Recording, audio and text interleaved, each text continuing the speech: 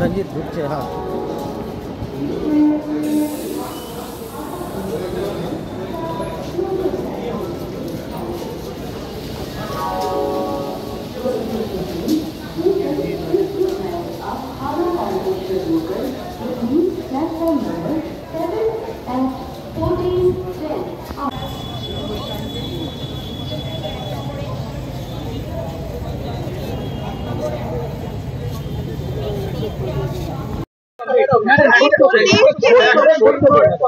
দেখতে দিন আমরা এলাম আমরা দেখলাম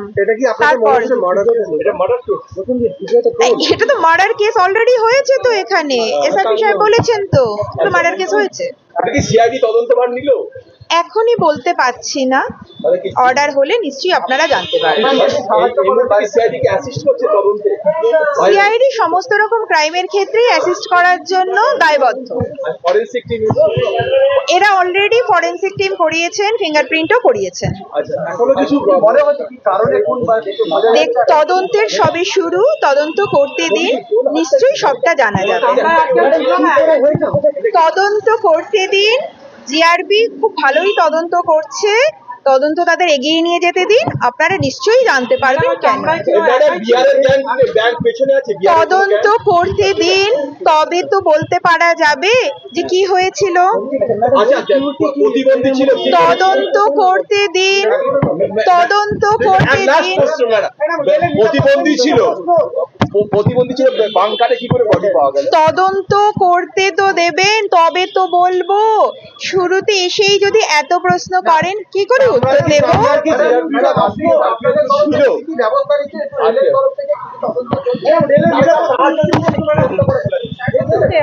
শুরু হয়েছে আমরা তদন্ত করছি আমরা তদন্ত আপনি করলেন ম্যাডাম বলে দিয়েছেন আপনাদেরকে ম্যাডাম বলে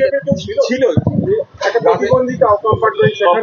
এখন সবাই তদন্ত শুরু হয়েছে আমি এই মুহূর্তে কিছু বলতে পারবো না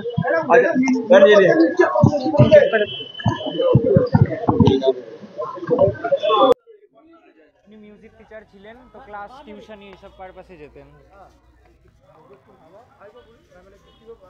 উনি মিউজিক টিচার ছিলেন তো ক্লাস পারপাস এইসবে টিউশনি পারপাস এইসবে যেতেন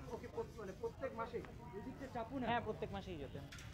আর এবারও গেছিলেন কতদিনের জন্য গেছিলেন ওই 8-10 দিনের জন্য গেছিলেন ওনার প্ল্যান ছিল এসে আবার যাওয়ার উনি কি ওখানেই থাকতেন নাকি বেশি হ্যাঁ মাসের মধ্যে 15-20 দিন ওখানেই মানে 15 থেকে 18 দিন তো যেতই সোমবার যখন কথা হয় তখন কি বাবা পয়সা কড়ি সঙ্গে নিয়ে আসছিল একজন একজন করে না সোমবার যখন বাবা আসছিলেন রাত্রিবেলা কথা হয় তখন কি বাবা সঙ্গে পয়সা কড়ি নিয়ে আসছিলেন হ্যাঁ হ্যাঁ কত টাকা নিয়ে আসছিলেন কিছু বলেছে 8 থেকে 10,000 টাকা আমরা যেটা মানে গেস করছি উনি বলেননি আচ্ছা আর কি ছিল সঙ্গে সঙ্গে ব্যাগ ছিল ব্যাগে সব ডকুমেন্টস ছিল আচ্ছা যেরকম পাসবই আধার কার্ড এক্সেট্রা এক্সেট্রা তোমার মনে হচ্ছে ওই টাকাটার কারণে খুন বলে মনে হচ্ছে আমাদের যেটা মনে হচ্ছে যে ওনার পকেটে তো একটা ফোন ছিল ফোনটা এমনি নর্মালি খুব একটা দামি ফোন ছিল না 8-10 হাজারেরই ফোন ছিল কিন্তু নতুন ফোন ছিল একদম আর ওটার ক্যামেরাটা বড় ছিল ঠিক আছে তো আমার মনে হয় ওই জামার পকেটে রাখতো ওই ক্যামেরাটা দেখে হয়তো ভেবেছে যে প্রচুর হয়তো এক্সপেন্সিভ কোনো ফোন হয়তো এবার চেয়েছে দেয়নি অ্যাটাক করেছে তারপর মানে ছিনতাইয়ের জন্যই খুন মনে করছো হ্যাঁ আমি ওটাই মনে করি রেলের কামরার মধ্যে খুন হচ্ছে রেলের নিরাপত্তা নেই নিরাপত্তা নেই তো কি বলবো এখন রেলের নিরাপত্তা নিয়ে আপনার কি দাবি রেলের তো নিরাপত্তা থাকা উচিত এবং নিয়ম আরপিএফ থাকা উচিত কিন্তু কেউ নেই তো কি বলবো এখানে যদি কোচে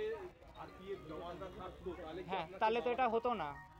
যদি কোচে আরপিএফ থাকতো তাহলে তো এত বড় ঘটনাটা ঘটতো না নিরাপত্তা হ্যাঁ নেই তো যদি সেরকম থাকতো তাহলে তো এই ঘটনাটা হতো না তাই না আমার নাম অর্ক চ্যাটার্জি